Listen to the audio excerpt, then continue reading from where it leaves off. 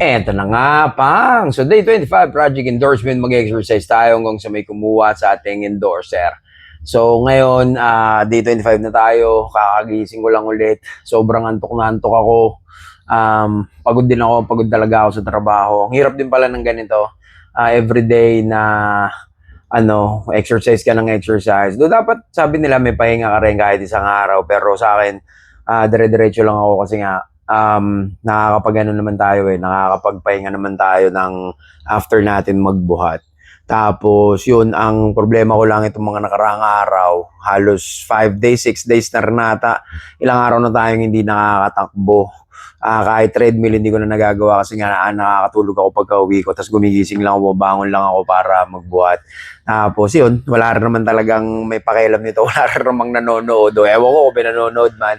Pero, yun, 25 days natin, medyo malaki-laking improvement na rin naman doon. Hindi pa tayo nakakapagtimbang, hindi pa tayo nakakapag sukat ng kahit ano, pero feeling ko yung lakas natin, nakakapagbuhat na tayo. Masakit pa rin talaga yung mga balikat ko. Hindi ko alam kung ano nangyari dito, kung gagaling pa ba to, pero yun nga, dire-diretso lang tayo nagbubuhat. Tapos, yun, ngayon sa day 25 natin, namili na rin ako ng mga kailangan ko para sa magmi-meal prep tayo. So day 30, yan talaga ang pinakamatindi. Yung juicer natin, di pa rin ako nagawa ng ginger shot natin, pero naka-ready naman na lahat, pati yung mga bote. Ang cute ng mga bote. So everyday gagawin ko rin yun. Tapos yung mag-video, wala namang may pakialam talaga rito, pero yun, ginagawa ko lang kasi nga parang personal diary ko lang rin naman talaga to, na para pagdating ng panahon, malay natin, di ba? At least may babalikan tayo, may mapapanood tayo. So, ngayon, day 25, alam ko wala namang pakialam, pero samahan nyo na lang rin ako. Let's go. So ito, Tyson push-up tayo. Ayan o. Bomba. Siyempre, matik, quick shorts. Okay, Tyson push-up lang tayo. Pang-apat na natin to, so pang 40 pagka na-kompleto natin. Let's go.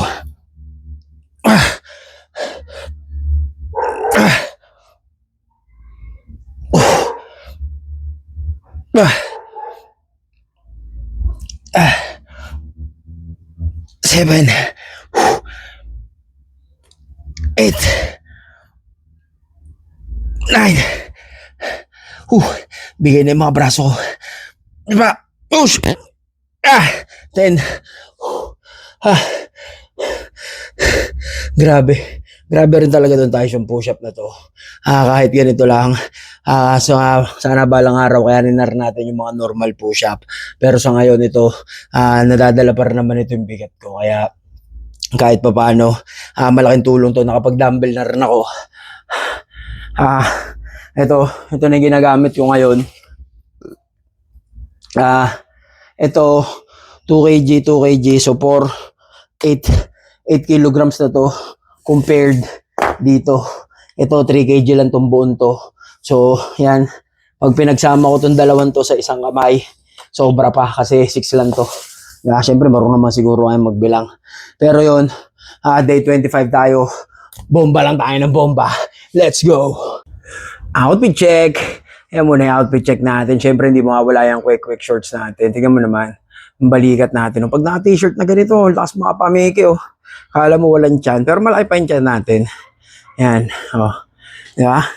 Balikat natin, Nagkakaroon na tayo ng konti-konting balikat. Yan. So, day 25 lang tayo ngayon. Singit lang tong outfit check natin. So, let's go. So yun, day 25, nakatapos na tayo. Solid din yung dumbbell workout natin. Nakompleto ko lahat ng mga gusto kong gawin na mga program sa shoulder, sa traps, tapos may konting back din. Mga pinagpapanood ko yun sa TikTok. Mga professional yun, sana, kung tama. Pero so far, okay naman, sabi ko nga, nagbubuhat din naman ako dati. So, kahit pa paano meron tayong idea kung paano yung mga proper, mga tapos konting research. Siyempre, nasa Google naman lahat yan, nasa YouTube, TikTok, ang dami, Facebook. So, konting research lang, tapos makukuha nyo rin naman yung tama doon. Grabe naman nyo kung hindi na, may AI na, di ba? Kahit AI, pag push-upin mo, kaya eh. So, yun, day 25 tayo ngayon. pagod na rin ako. Kailangan pa matulog, may pasok pa mamaya. So, yun.